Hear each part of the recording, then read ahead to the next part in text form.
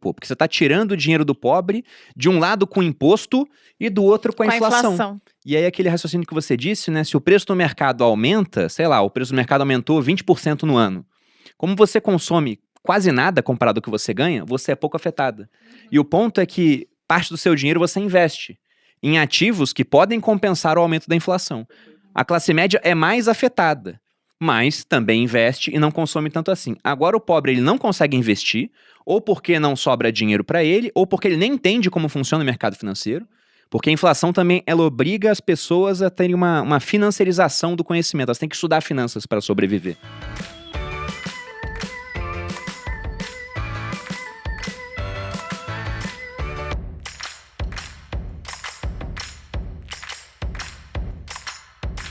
Interessante isso, porque eu fiz um intercâmbio quando eu estava na Academia Militar nos Estados Unidos. E lá, você tinha gente do mundo todo fazendo intercâmbio, e tinha um americano que falava português, que estudava português, tinha passado um tempo no Brasil, e ele que era o meu padrinho lá, ele que me recebia. E quando ele veio pro Brasil, ele falou isso, eu achei muito curioso, porque a família que me recebeu lá, eles tinham o hábito de todo começo de mês comprar tudo pro mês inteiro.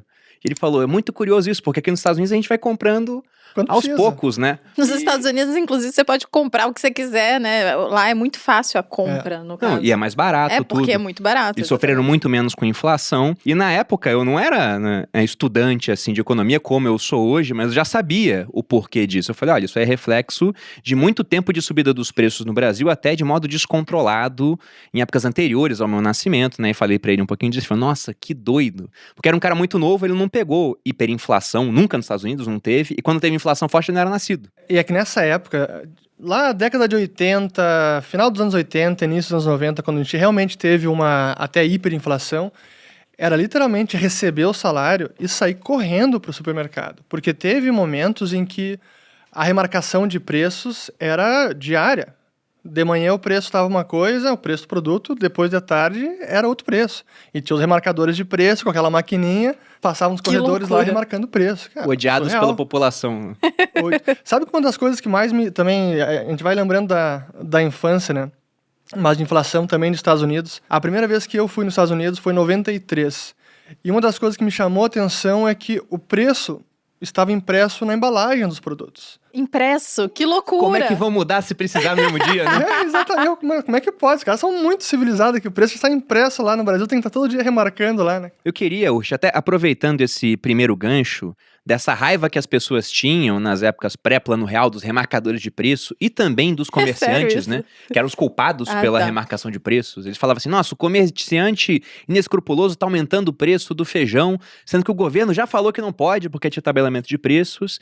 E o brasileiro, ele confunde muito o que é causa e o que é consequência de inflação. Ele vê lá os preços aumentando e fala, olha, isso aqui é inflação e a culpa é de quem remarca o preço, de quem mais seria. Ele que tá aumentando o preço lá. Exatamente, mas o que seria a inflação, a causa dela? Na verdade, aumentar o preço seria só a consequência do negócio. É a consequência. Realmente, esse pra mim é o tema principal que todo mundo deveria aprender na escola.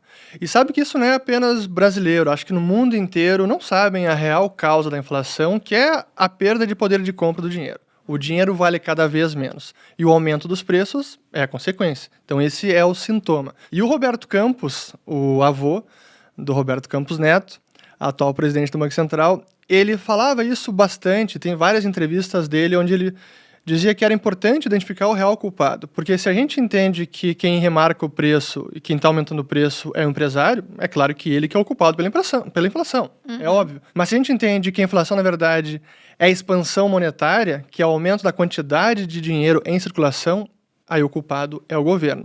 E a resposta que você dá a isso é completamente diferente. Exato. E por isso que a gente via nos anos 80, com o Plano Cruzado, quando teve congelamento de preços, a gente via os fiscais do Sarney, né? Cada bizarrice que a gente teve é uma loucura. E os caras dando voz de prisão para dono de supermercado que estava lá remarcando o preço fora do que tinha na tabela lá, né? Que estava tudo congelado. Mas essas são algumas das loucuras que a gente viveu. Mas por isso que é fundamental entender a causa da inflação, que é o aumento da quantidade de dinheiro em circulação. E quem emite o dinheiro no país é o governo. Ele tem o monopólio de emissão de moeda, então a gente precisa apontar o dedo para ele. Até ontem eu vi um tweet do Arthur Lira, presidente da Câmara, falando sobre Petrobras. tudo tá caro, gasolina, o gás, não sei o quê. E a Petrobras, não sei. A Petrobras, vamos lembrar que a Petrobras é dos brasileiros. Os brasileiros são seus acionistas. Temos que ver o que está acontecendo. E eu compartilhei o tweet dele respondendo o seguinte, ó, não é tudo que está mais caro, é o real que está muito mais barato. É ele que está valendo cada vez menos e por isso que os preços dos produtos estão aumentando. Então, investigue em Banco Central, não é a Petrobras, mas... Ele te respondeu ou não? Não respondeu. Obviamente não. Mas então a gente tem que explicar o porquê que o governo imprime mais dinheiro. Aí Exato. É grande. Há várias causas para isso, né? Porque governos, na hora de se financiar, eles têm algumas formas de fazer isso. Eles podem aumentar impostos, o que é muito impopular, quem gosta de pagar mais imposto. Tanto que quando você vê youtubers falando disso, recentemente tivemos um muito grande falando, olha só, o pessoal que é muito rico tem que pagar mais imposto. O que era o muito rico? Mais rico do que ele, né? Exato. Botava lá uma faixa dele, não. Botou uma escadinha lá e falou, olha, eu tô mais perto desses caras aqui, né? Se você tem 10 milhões, você tá perto deles do que do bilionário. Só que se fosse uma faixa onde você tinha lá na ponta o Saverin, que é o mais rico do Brasil, e na outra ponta a pessoa mais pobre do Brasil, em número de pessoas ele estaria muito mais próximo do Saverin do que das pessoas mais pobres.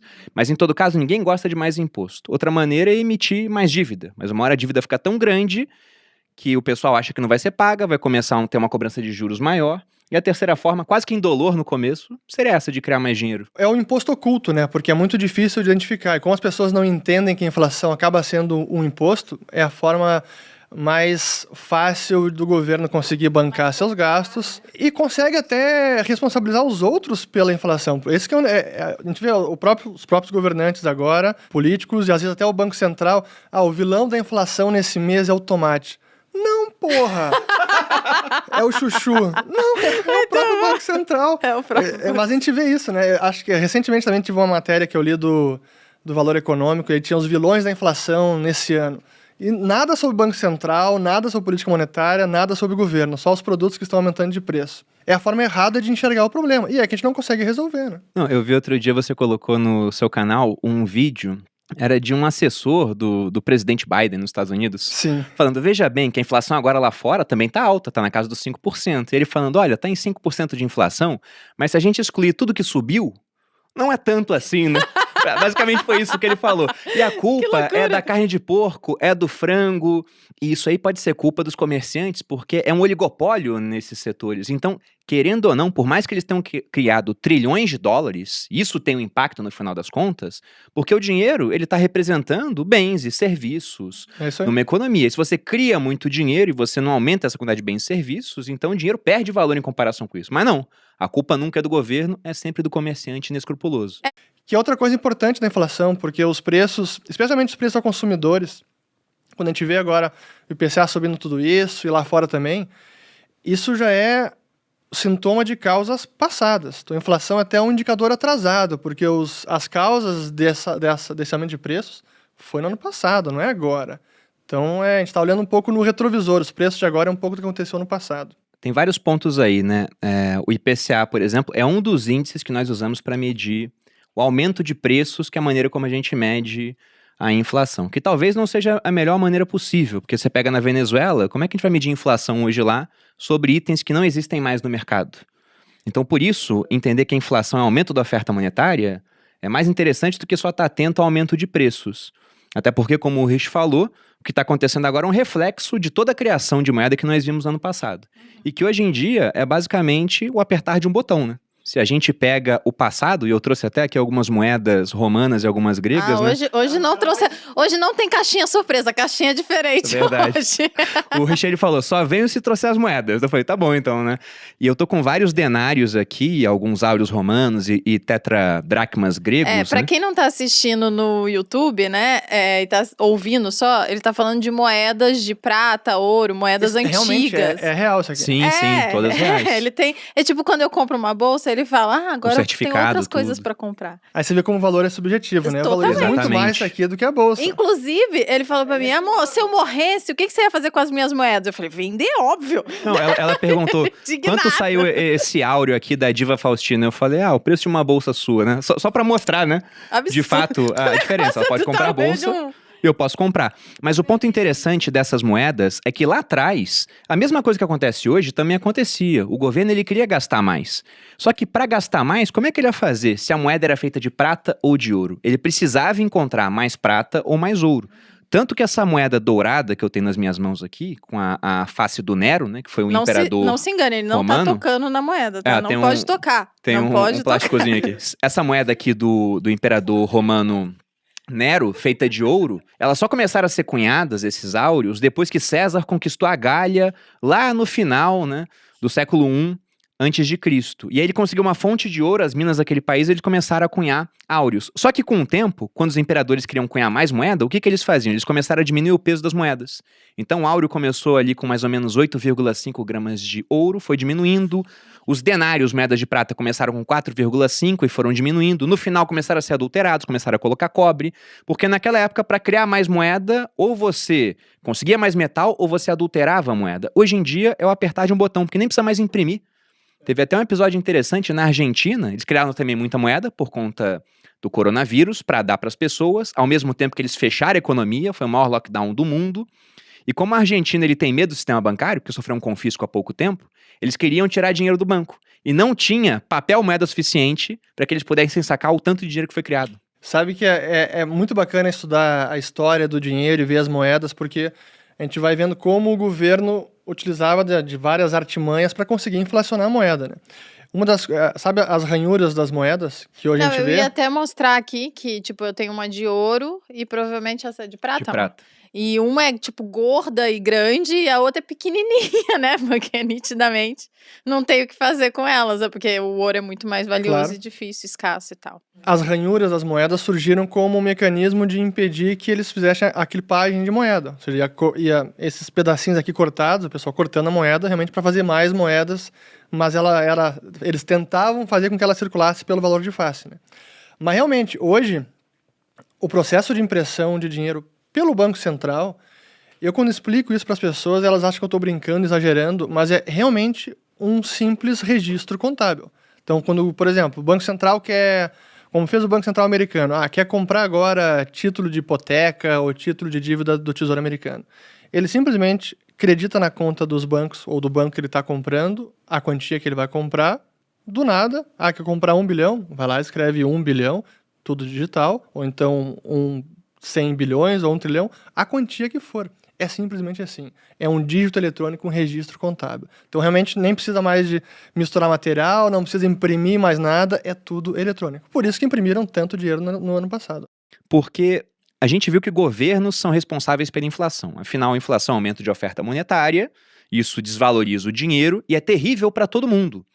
E por que mesmo sabendo que é terrível, pegando casos históricos, a gente vê até aqueles da República de Weimar, por exemplo, né, com trabalhadores queimando dinheiro no inverno, recebendo 2 vezes por dia para poder comprar as coisas. Por que mesmo assim esse tipo de coisa continua? O que os governos ganham com isso? No curto prazo, eles conseguem se financiar. Então, essa é a maneira que a inflação ajuda os governos. Então, por exemplo, na Argentina é um estado que tem um gasto fiscal enorme, tem uma alta dívida também.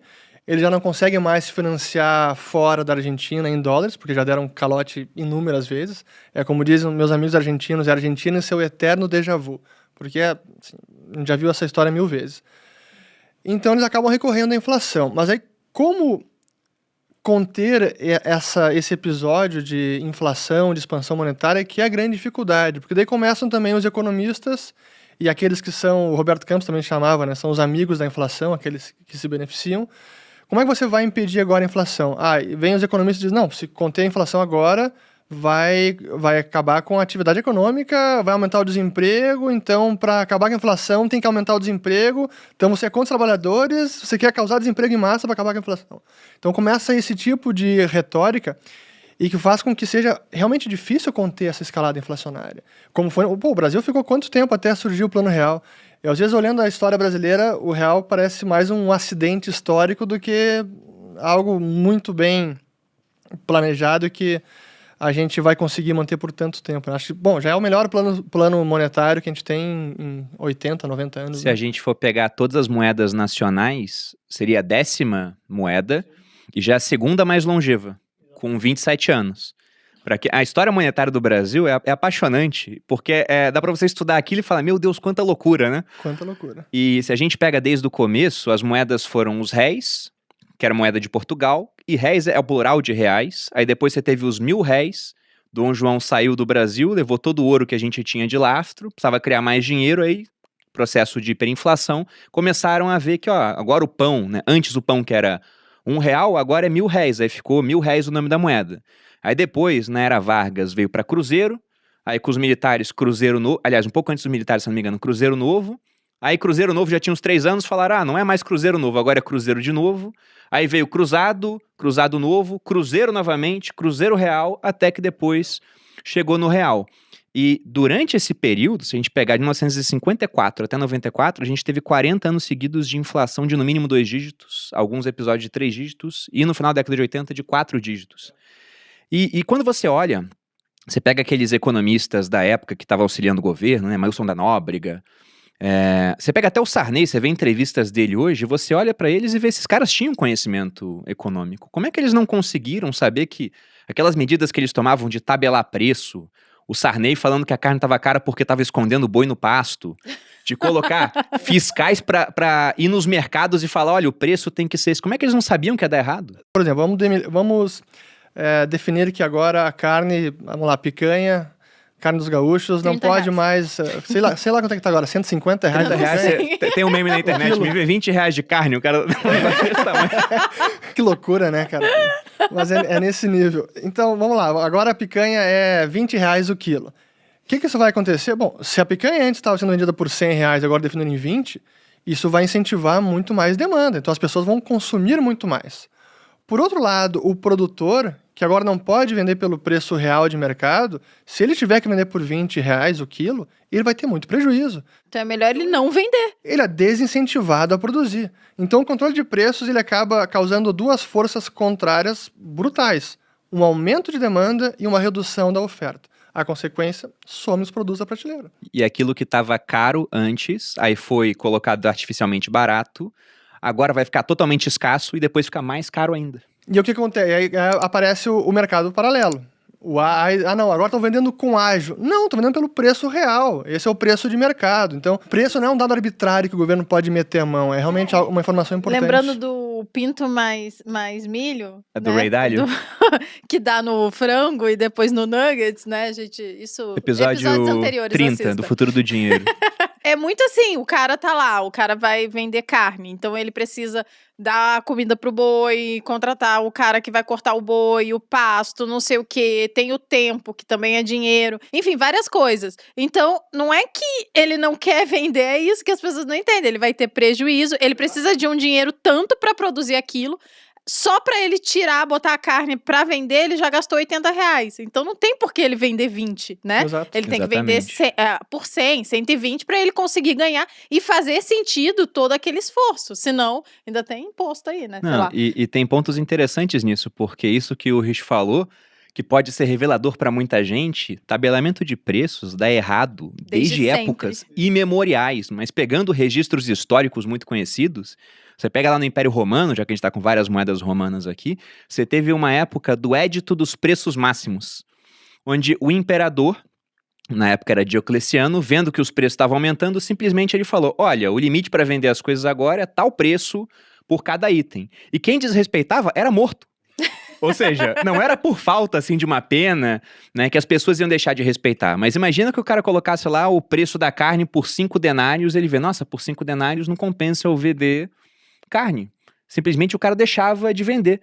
Então, os romanos começaram a sair das cidades até por conta disso. O preço do leite tá 1 denário, eu gasto 2, então vou transformar o leite em queijo, aí o leite some.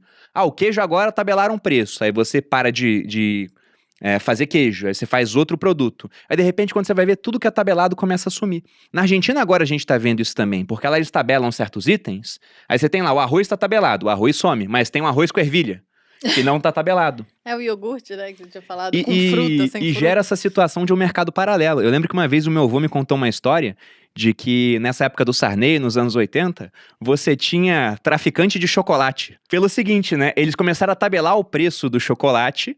Aí o que aconteceu com o chocolate? Ele foi ficando cada vez mais fino a barra, com cada vez menos cacau, foi ficando um negócio horrível.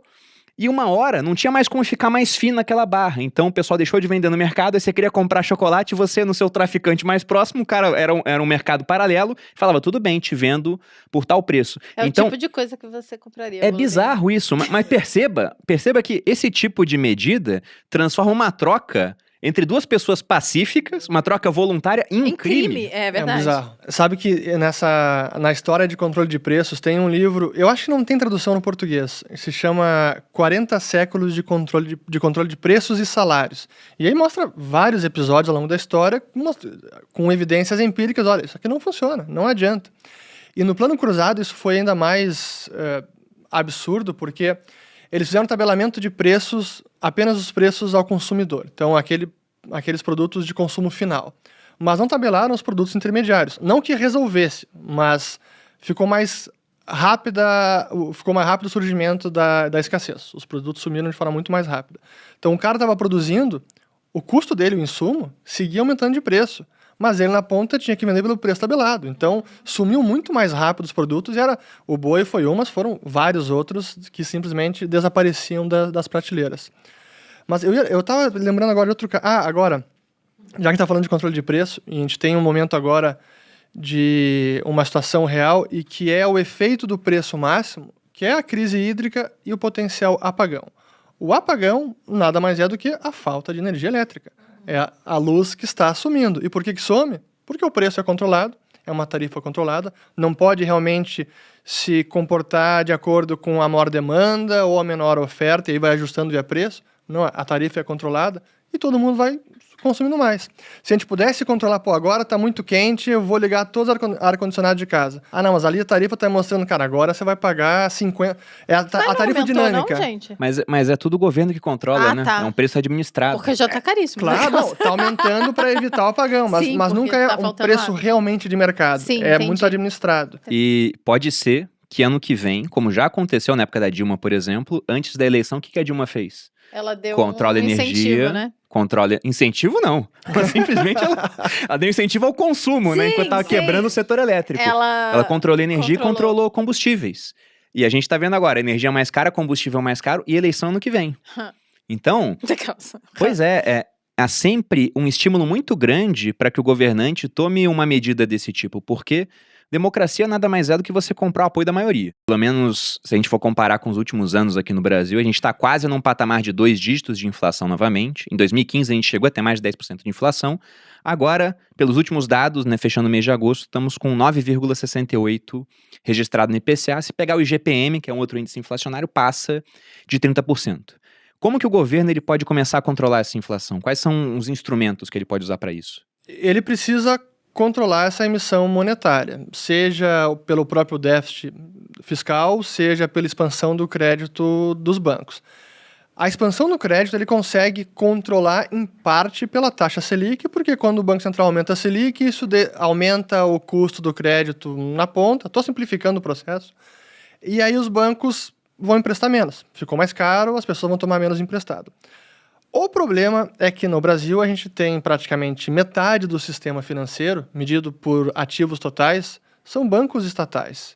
Então significa que um banco estatal, ele não segue muito a lógica do mercado, né? Ele tem um governante, ele tem um incumbente, dizer, olha, ano que vem é 2022, eleições. Quer saber crédito. A Selic? Foda-se. Vai botar agora o preço que eu quero nesse empréstimo, porque eu quero que o crédito flua.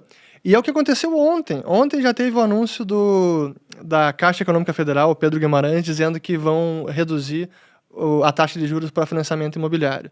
E é o que eu já venho falando há bastante tempo, que isso é óbvio que ia acontecer, porque, como eu digo, quem tem banco estatal não precisa de Banco Central, porque ele vai emprestar a taxa que o governo quer, e não a taxa Selic, que é o que o Banco Central busca influenciar. Então, voltando, o Banco Central consegue influenciar a expansão de crédito, mas não completamente, porque a gente tem muito banco estatal na nossa economia. E a outra parte é o governo controlando o seu déficit, né? Acho que essa é a parte principal. E que depois daquela farra por conta da pandemia e toda a questão emergencial, controlou bastante nos últimos meses. Isso tem que ser dito. Você não vai perguntar o que é o déficit, o que é a Selic ou a tradutora? Não, já me acostumei com esses aí, daí eu acabei... Se eu complicar demais aqui, pode... Não entendi, a Malu faz falar. esse papel, né? De fazer Mas as eu tava perguntas pensando, idiotas. se as pessoas não souberem o que é o déficit, por exemplo, no ano passado, a diferença entre o que o governo arrecada. E outro dia eu falei arrecada assim, mas é assim, ó. A gente arrecada pra caramba. Né? Então a diferença entre o governo arrecada e o que ele gasta, né, ficou negativa, e somando os juros da dívida nisso, em praticamente 1 trilhão. Então, aquilo que a gente ia economizar com a reforma da Previdência, que é uma reforma difícil de ser feita, muito trabalhosa, altamente impopular, a gente se estimava economizar 1 trilhão em 10 anos, a gente gastou tudo. Em 1 ano apenas. Em 1 ano, por conta da pandemia. E agora, a gente continua gastando mais do que a gente arrecada, e a estimativa passada pelo Instituto Fiscal Independente, que é um órgão do governo, então talvez até tenha ali, né, é independente, mas está vinculado ao governo, teria talvez um estímulo para falar, olha, não é tão mal assim. Não acredito que seja o caso, mas é sempre bom também ter esse tipo de visão, né? Eles falam que a gente só vai voltar a gastar menos do que a gente arrecada lá para 2027. Ou seja, falamos aqui de taxa de juros e de controlar esse gasto. Então, o gasto, ele vai permanecer excessivo durante bastante tempo. E a taxa de juros agora, a Selic, que é essa taxa base da economia, eles estão subindo. Só que ainda está muito baixa, né? E ficou muito baixa no ano passado. Esse é outro problema do IPCA, né? A gente falou antes a gente estava explicando o IPCA, que é o índice oficial de inflação do Banco Central, né? E a meta dele é a estabilidade de preços de acordo com um número X para o IPCA, ano calendário. Esse ano a meta é 13,75, ano que vem é 13,5, no ano seguinte, 2023, 13,25. Com uma pequena tolerância de 1,5 pontos para cima ou para baixo, uma tolerância de uns 40%. Que esse ano já foi para o espaço. Já. Né? Já foi para o espaço. Já foi. Mas qual é o ponto? É que o IPCA é uma média de vários preços do Brasil inteiro. O seu índice de inflação do seu padrão de consumo é outro, assim como é de outra pessoa, e certamente aqueles que são assalariados e que consomem muito mais do seu dinheiro com alimentação e com transporte, o poder de compra dele, o índice de inflação deles está muito maior do que isso. Eles sentem muito mais, é isso que a gente quer dizer, né? Porque a parcela que eu gasto em comida, por exemplo, é muito pequena quanto ao que eu ganho, em relação a uma pessoa que ganha, sei lá, um salário mínimo, e quase tudo é comida e moradia e alimentação. Comida, transporte, energia elétrica. Sobra um tantinho. Não, e você bota aqui moradia de aluguel, por exemplo, não é o IPCA, o índice de reajuste. É o IGPM que tá batendo em 30%. Então imagina, de um ano pro outro o seu aluguel aumentou em 30%. É loucura. É muito complicado, pô. Aí o pobre, e isso é até engraçado, porque quando o governo vai lá e quer criar mais dinheiro, geralmente todo mundo aplaude. E quem é mais prejudicado pela inflação é justamente aquela pessoa que menos compreende como é que funciona o fenômeno. Que ela acha que ela está sendo beneficiada, porque ela provavelmente vai receber algum tipo de auxílio, né? Não, quantas pessoas não retuitaram o Lula no começo da pandemia? Tem que criar muito dinheiro, porque tem espaço para criar dinheiro. E artistas falando a mesma coisa, e todo mundo falando da economia, a gente vê depois. Aí quando chega depois, o pessoal fala, e por que o arroz está 50% mais caro? Porque isso aconteceu. E aí que eu coloco a culpa nos economistas em geral também, não são todos, mas em geral, porque eles, parece que muitos deles não entendem realmente como funciona a inflação. E como está. Mas é verdade. A Malu tá rindo, mas é verdade. É, porque até eu já entendi, porra. Mas você sabe que isso que eu tô falando de oferta monetária, de quantidade de dinheiro, não se ensina quase nas faculdades de ciência econômica. Eu sei porque o Bruno me ensinou. Por isso que o Roberto Campos não falava aqui, que do pessoal da Unicamp, né, ele pegava muito no pé, falando que eles iam quebrar o Brasil, né? Como é que ele falava? Ou a gente acaba com os economistas da Unicamp, ou eles vão acabar com o Brasil. Ano passado, o próprio Paulo Guedes, que é um economista que eu respeito, confesso que eu respeitava mais antes do governo do que eu respeito agora, em termos de ideias e do que ele fez de política econômica, mas ele mesmo dizia, não, pode imprimir dinheiro agora que não tem problema, não vai gerar inflação. Ninguém entendeu, alguém abduziu ele nesse momento, não é possível. E é o que aconteceu agora. Então, pô, se o próprio Paulo Guedes falando isso, sim, realmente é o que alguns diziam que é o Ciro Guedes, né? Ciro Guedes. Muito bom isso. Quem tem Paulo Guedes não precisa de Ciro Gomes. É fogo, né? De ter que dizer isso, né? Lembra do Ciro falando... Essa é boa do Ciro. Dele falando que ia pagar... Tirar o nome do SPC de todo mundo. Usando o banco público pra isso, né? Ele imprimir dinheiro? O que ele ia fazer? Não, ele ia pegar... não entendeu. Na época... Eu não sei se era toda a proposta dele, mas tem uma hora que ele expôs um raciocínio de, olha, a gente tem o Banco do Brasil, tem a Caixa Econômica, a maior parte das dívidas é de R$1.000 e pouquinhos, você faz um programa de crédito, a juros baixos, o pessoal pega dinheiro emprestado nesses bancos, paga a dívida e fica devendo para os bancos. Só que você está emprestando, obrigando o banco a emprestar por taxas mais baixas E pro um tipo de... né? Exatamente, pro tipo de pessoa que está devendo. Então não é aquela pessoa mais segura para quem você pode Complicado. emprestar. Mas o dinheiro não é dele, ele não é acionista do banco. Então é muito tranquilo de fazer isso. E sobre a inflação, tem um ponto muito interessante também, porque essa combinação que nós temos aqui no Brasil, né, e isso é um dos motivos pelos quais provavelmente governos gostam de inflação, de uma taxa de imposto, uma tabela com um percentual fixo da renda e uma inflação crescente, é que com o tempo está todo mundo começando a pagar imposto de renda. A gente vê hoje, por exemplo, em comparação com 94, lá em 94 para pagar imposto de renda você tinha que ganhar umas 9 vezes o salário mínimo. Hoje, uma pessoa que ganha um pouco menos do que 2 vezes o salário, ganha uns R$1.900, né? O salário mínimo está em 1.100. A minha empregada doméstica já paga imposto de renda. Então, isso já fica muito complicado, pô. Porque você está tirando o dinheiro do pobre, de um lado com imposto e do outro com a inflação. E aí, aquele raciocínio que você disse, né? Se o preço do mercado aumenta, sei lá, o preço do mercado aumentou 20% no ano. Como você consome quase nada comparado ao que você ganha, você é pouco afetada. E o ponto é que parte do seu dinheiro você investe em ativos que podem compensar o aumento da inflação. A classe média é mais afetada, mas também investe e não consome tanto assim. Agora o pobre ele não consegue investir, ou porque não sobra dinheiro para ele, ou porque ele nem entende como funciona o mercado financeiro, porque a inflação também ela obriga as pessoas a terem uma financiarização do conhecimento, elas têm que estudar finanças para sobreviver. E o pobre não faz isso.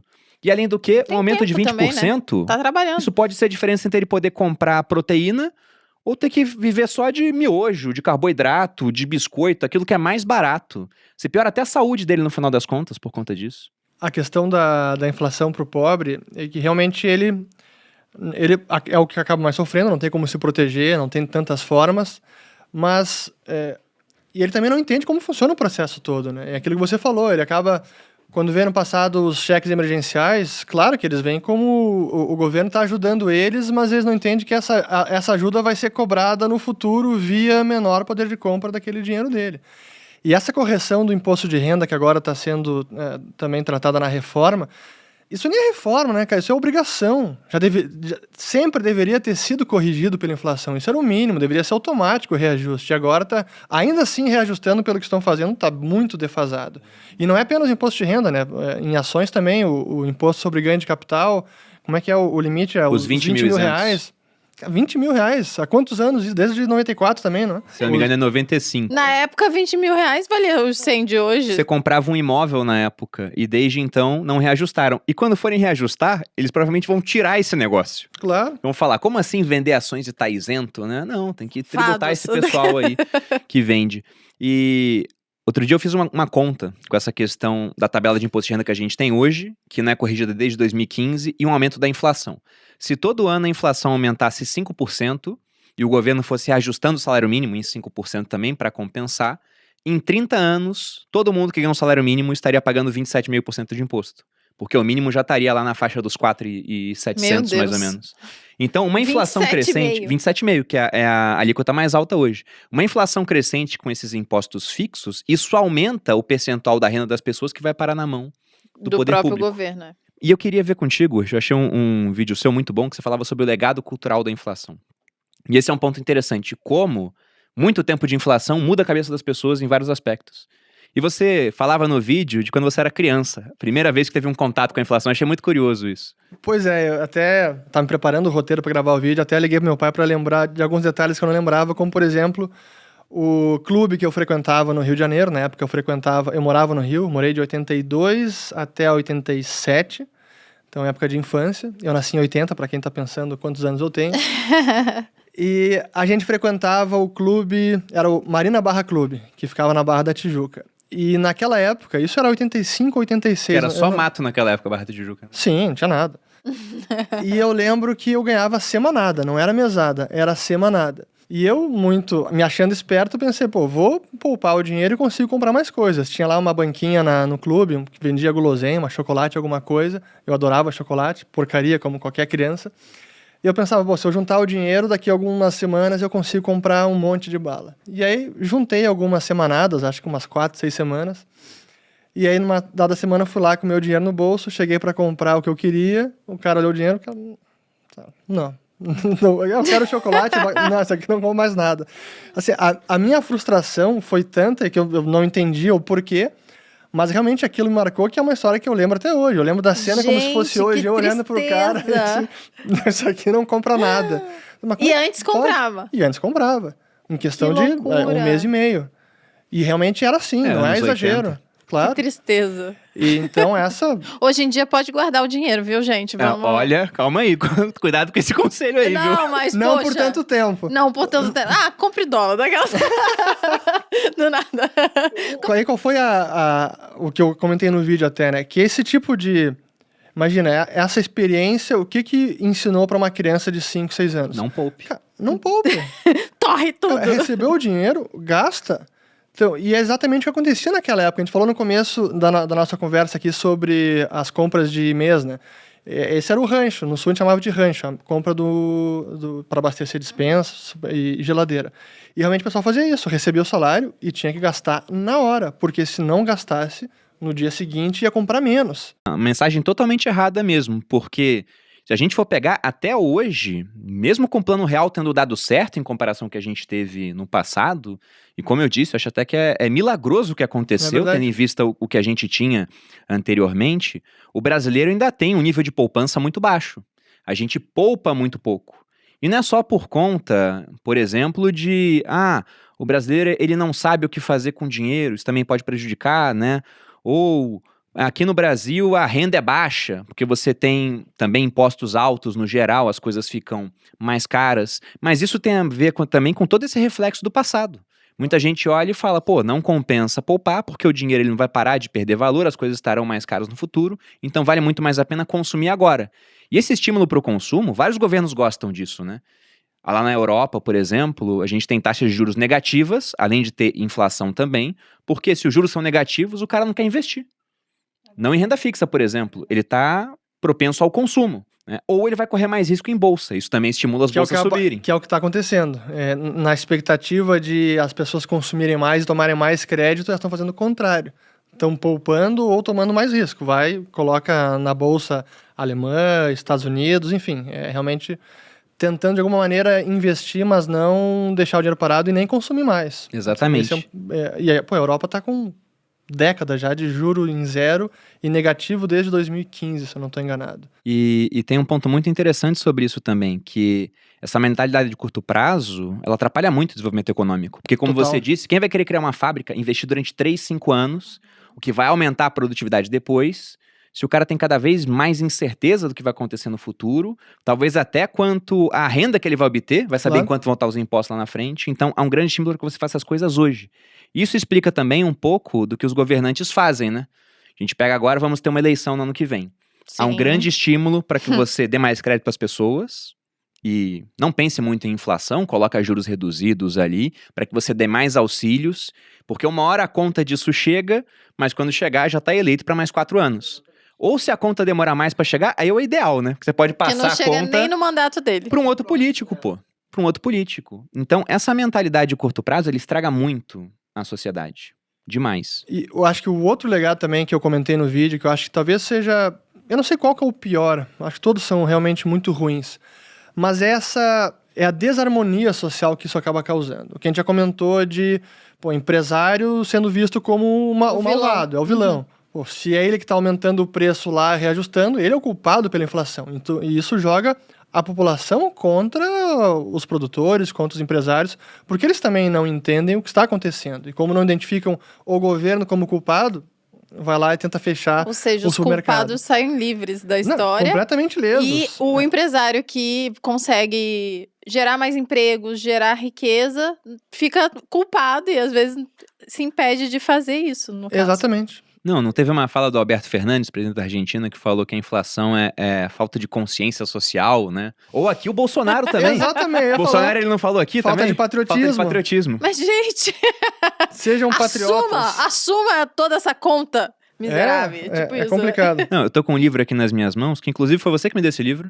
Ah, é? Que é O que o Governo Fez com o Nosso Dinheiro, do Murray Rothbard, que é um economista americano, mais da escola austríaca, que ele fala muito bem disso, né? Dessa tendência que o governo tem de desvalorizar a moeda, e não é de agora, é desde que a moeda era de fato metálica, ele traz uma série de exemplos, é muito interessante e numa linguagem bem fácil.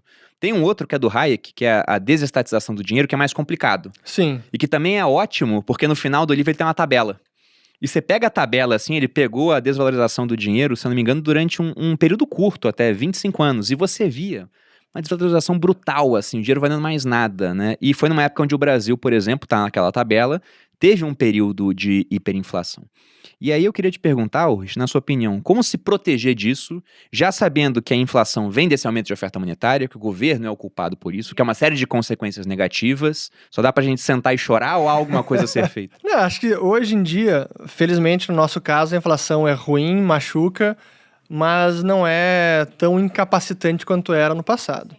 Mas ainda assim a gente precisa proteger o nosso poder de compra, né? Então há várias formas de se proteger. Hoje em dia, felizmente, a inflação não é tão incapacitante quanto era no ano passado. Na década passada, no passado. Mas algumas são as mais conhecidas, como o investimento em títulos de renda fixa que pagam a variação da inflação, Tesouro IPCA, as NTNBs, que é uma forma de se proteger. Não é perfeita, porque IPCA também não é um índice perfeito e não tem nenhum índice de inflação perfeito, são aproximações que mensuram a perda de poder de compra do dinheiro, mas é uma proteção. Moeda forte, investimentos em moeda forte, ou até mesmo, dependendo do momento, ter diretamente moeda estrangeira, que a gente fala moeda forte, mas hoje é tudo mais ou menos fraca, né? Eu diria que a moeda menos fraca, né? Moeda forte é só ouro e Bitcoin, na minha opinião. Mas esse é tema para depois. Investimentos em ativos reais também, né? Que não podem ser inflacionados, é imóvel, é commodity como ouro. Empresas também, em ações, são boas empresas. Eu prefiro muito mais investir numa empresa que produz algo realmente útil e que vai ter uma renda e vai perdurar ao longo do tempo, do que simplesmente comprar apenas título do governo, ficar financiando o governo, que eu faço com muito pesar. Ter que ficar comprando título do governo é ruim, dói. Mas acho que essas são algumas das formas. E sempre pensar em ter alguma diversificação e saber que são formas de proteção, mas que não existe uma blindagem, proteção perfeita. E claro que a gente pode sofisticar mais, né? Tirar dinheiro do país, ter ativos fora daqui, em outra jurisdição. Sobre essa questão de ter dinheiro fora do país, por exemplo. Um ponto muito interessante, né? Você falou terras, né, imóveis vão te proteger da inflação, porque o preço do metro quadrado vai acompanhando junto, né? Quem, por exemplo, aluga tem sempre um reajuste pela inflação. Só que isso te protege desde que a inflação não entre num processo totalmente descontrolado e hiperinflacionário. Porque a gente pega hoje um imóvel lá na Venezuela, um imóvel de esquina em Caracas valia muito mais lá no início dos anos 2000 do que vale hoje em dia. Então te protege até não proteger mais. E pensando naquele ativo, que não necessariamente significa que você está tirando dinheiro do país, mas tirando o país do seu dinheiro, que é o Bitcoin. Né? Essa frase apareceu no documentário da Amazon que eu vi. Foi um estudante eu repeti essa frase, eu não sabia quem era o real autor. Foi nesse documentário? Eu vi lá, eu não sei se ele pegou legal. De alguém, mas quando eu vi essa frase, eu falei, nossa, brilhante, né? E era a história do estudante sul-africano, que ele começou a ler a escola austríaca, daí ele falou, caramba, né? E aí ele conheceu o Bitcoin e falou, nossa, tem tudo a ver com o que eles falavam. Até uma frase do Hayek muito conhecida, onde ele disse que de algum modo a gente precisa criar alguma coisa que o governo não possa parar. Infelizmente ele faleceu muito antes do Bitcoin. Mas você enxerga o Bitcoin sendo uma proteção contra esses processos inflacionários que os governos causam na moeda? Sem dúvida, e eu diria mais do que isso, porque não apenas ele é esse ativo digital escasso, então não pode ser inflacionado, e é mais escasso do que o ouro. O ouro tem reservas que não foram ainda exploradas, algumas estão desconhecidas. Daqui a pouco teremos tecnologia para tirar ouro de meteoros, então a oferta de ouro aumenta mais do que a do Bitcoin, que é limitada e chegará aos 21 milhões máximos e não tem como aumentar além disso. Então sim, é um ativo escasso. Mas além disso, é uma blindagem adicional porque dá ao usuário a real independência do seu dinheiro. O caso como o plano Collor é impossível para quem tem Bitcoin. Não existe, não tem como. A não ser que alguém bote a arma na sua cabeça e te obrigue a entregar seus bitcoins. Mas numa canetada bloquear os seus fundos, qualquer governo, exército, enfim, a maior potência mundial, não tem como fazer. Então é até uma blindagem adicional que acho que por isso que é uma tecnologia tão fantástica, né? Sem dúvida que o Hayek estaria muito feliz de ver o nascimento do Bitcoin. E sobre essa questão do confisco, que eu imagino que vai surgir essa dúvida, hoje já não teria mais como acontecer. Ainda tem gente que pensa que fazer remessa pro exterior, opa... contra a lei, né? É contra a lei. Eu tinha essa impressão, dinheiro do sabia? país... O que você fez de errado? Tá ocultando, quer ocultar o dinheiro? Mas realmente... E não tem o menor problema. Exatamente. As pessoas, eu tinha essa impressão. Não sei porquê, né? No meu porque imaginário. naquela época era Passa controlado. Eu achava genética, que era né? errado. Nossa, mas o que você fez de errado pra mandar o dinheiro pra fora, né? Hoje em dia a gente tem, ó. É porque imagina o cenário. A nossa moeda perdendo valor pra caramba e todo mundo querendo comprar dólar. Se o governo não começa a limitar isso, o preço do dólar ele vai lá pra cima. Então era por isso, era limitado antes. Havia um controle. Entendi. Agora faz Havia um sentido. controle. Que existe na Argentina ainda, né? Exatamente. Na Argentina, sim. Na Argentina tem. E o Hayek, no livro A Desestatização do Mas é que Dinheiro... hoje, quando eu vejo a Argentina, eu não penso que eles estão cometendo um crime. Eu penso, puta merda, deixa os caras se prevenir, né? Mas se ajudar. Não isso. É É transformar atos pacíficos em crimes. Exatamente, exato. Não, mas tem um ponto... Sempre que eu falo do Hayek, tem uns comentários, o pessoal pensa que é Hayek. Não, tá, gente? É o Friedrich August von Hayek. Foi Nobel de Economia. Nada a ver com a Salma Hayek. Não, não. Não sei, né? Acho que não. Né? Acho que não. Tem uma hora no livro A Desestatização do Dinheiro que ele fala que esse controle de câmbio, na opinião dele, é a marca que difere um governo civilizado de um não civilizado. Porque ele gosta de lembrar que nem reis absolutistas tinham esse controle do câmbio. E aí, quando um país como a Argentina faz agora, e como o Brasil já fez no passado, vai lá e fala, olha, você está proibido de mandar seus recursos por exterior para ter acesso a uma outra moeda, ele muitas vezes está proibindo aquelas pessoas mais capazes de fugirem do país. Porque para sair do país tem que ter recurso lá fora, né? Prendendo cérebros lá, né? Exatamente. Então, não chega a ser extremo igual Cuba faz, de proibir, né, o cara de sair, né? Não é nem só o capital, mas se você proíbe o capital de sair, você tá meio que proibindo o cara de sair também. Mas foi muito doido perceber agora que a visão que eu tenho, né? Porque antes eu entendia isso como um crime, porque eu não entendia o porquê não podia, era só proibido, então é crime. Socialista. Continua. E agora que eu entendo como funciona o negócio, eu falo, caramba, os caras estão proibindo o cara de se proteger, de fazer o melhor pra si. Eles quebram tua perna e nem a muleta eles deixam você pegar. Que doideira. Proíbe de pegar a muleta. Por isso que tem que aprender sobre isso. Tem um recado de que a inflação muitas vezes não é linear, né?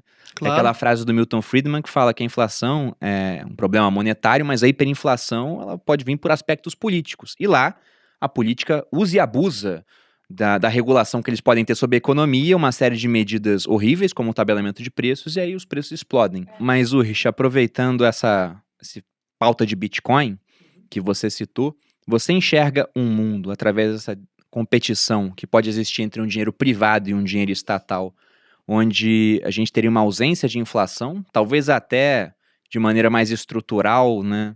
As coisas ficando cada vez mais baratas, um processo deflacionário? Porque se a gente for pensar, até na época do lastro-ouro, por exemplo, você tinha uma inflação porque havia descoberta de novas minas de ouro, então havia um aumento de oferta monetária, mas era sempre um aumento pequeno. E se a economia se tornasse mais produtiva, com mais bens e serviços, isso sendo mais ofertado, o aumento disso sendo maior do que o do dinheiro, então a tendência era que o dinheiro comprasse cada vez mais coisas. Você vê isso acontecendo novamente? No curto prazo, difícil. E talvez nem nas nossas vidas a gente vai ver uma economia com dinheiro que mantém realmente estabilidade de poder de compra. E não estabilidade do crescimento da taxa de inflação, que é o que hoje eles chamam de estabilidade de preços. Mas para usar o exemplo do ouro, é interessante como quando a gente vivia no padrão ouro, ou até mesmo na prata, durante décadas e séculos, realmente havia uma estabilidade de preços no longo prazo. Alguns anos eram anos inflacionários, mais descoberta de ouro ou mais crédito bancário na praça, isso fazia com que os preços aumentassem, mais dinheiro circulando. Mas esses episódios eram autocorrigidos por anos depois de deflação. Então a gente consegue ver, e tem um gráfico do Banco da Inglaterra muito interessante, de 800 anos do nível de preços. E a gente vê que de 1200 até 1971, praticamente, ou 1930, quando confiscaram o ouro nos Estados Unidos, ou forçaram a entregar por um preço X, a gente tinha anos de inflação, anos de deflação, anos de inflação, anos de deflação. Então, o índice de preços era realmente estável. E aí chega o século XX e esse indicador faz assim, ó, pá, é uma pancada para cima, porque a gente só tem taxa de inflação. Não tem mais esses episódios de correção, de deflação. Então, respondendo à pergunta, é difícil a gente vislumbrar que isso possa acontecer tão cedo, porque nenhum governo quer abrir mão da emissão monetária. Essa que é a verdade. Eu vou além, não é apenas abrir mão, mas proíbe qualquer concorrência. E foi o que acontece desde sempre, não é permitido a concorrência monetária. E o Bitcoin existe só porque não é possível pará-lo e porque ele ainda não é percebido como um real concorrente para as moedas estatais. Até hoje, economistas acham que isso é um grande devaneio de libertário, de geek, que não vai ter futuro e que não tem como ser moeda. E por isso que até hoje é não ignorado, mas talvez subestimado. Mas difícil a gente ver nas nossas vidas, talvez, um mundo onde a economia cresça e os bens e serviços vão ficando mais baratos ano após ano. Que é o normal, como você explicou, né? O crescimento econômico ele é deflacionário por definição. Que é outra coisa que se ensina muito errado nas faculdades, todo mundo aprende, não, mas a gente precisa de... a inflação é importante para a economia crescer. Tem até educador financeiro que eu já vi falando isso já. Gente. Mas e é justamente o oposto. Se a gente imagina que crescimento econômico significa você produzindo mais, ter uma abundância maior de bens e serviços, é de se esperar que então os preços vão cair. Fique mais barato. Essa é a resposta natural. Mas isso só não acontece porque o outro lado da equação, que é o dinheiro, está aumentando cada vez mais e num ritmo maior do que a produtividade da economia. Por isso a gente tem essa inflação. E a inflação só não é pior porque a gente está muito mais produtivo hoje, né? Claro. Porque a gente pega mesmo com esse outro ponto importante. Pois é, de aumento de oferta monetária. Você pega, por exemplo, no passado, com R$30 você comprava um CD, agora com R$9,90 você assina uma plataforma de streaming que te dá acesso a músicas ilimitadas. Com R$30 você alugava 3 vídeos e tinha que rebobinar a fita ainda, senão pagava a multa. Hoje você paga um Netflix ou um Amazon Prime. Muita fita rebobinei. Pois é, e você consegue acesso a um acervo ilimitado de conteúdo. Que você quiser. Praticamente. Então, por conta disso, devido a esse avanço tecnológico, vários preços ficaram mais baixos, apesar das tentativas do governo de deixar tudo mais caro através do aumento de oferta monetária. Esse é um outro argumento pelo qual a gente entende como os índices de inflação são muito deficientes. Sim, por isso que eu digo que é a melhor aproximação que nós temos para mensurar a perda de poder de compra do dinheiro. Mas não há nenhuma métrica que vai conseguir expressar com exatidão essa perda de poder de compra da moeda. Nenhuma. Porque o que o dinheiro compra, o poder de compra da moeda é tudo aquilo que ele pode comprar. E como ele pode comprar bens, são ativos, imóveis, mercadorias, não tem um único indicador que vai conseguir expressar isso, até porque muda para cada pessoa, né? Então, como a gente falou antes. Mas a tecnologia e os saltos de produtividade que ela fornece, isso não é capturado pelos índices de inflação. Não, até porque você pega o IPCA, é uma média de uma cesta de consumo de famílias que ganham entre 1 e 40 salários mínimos.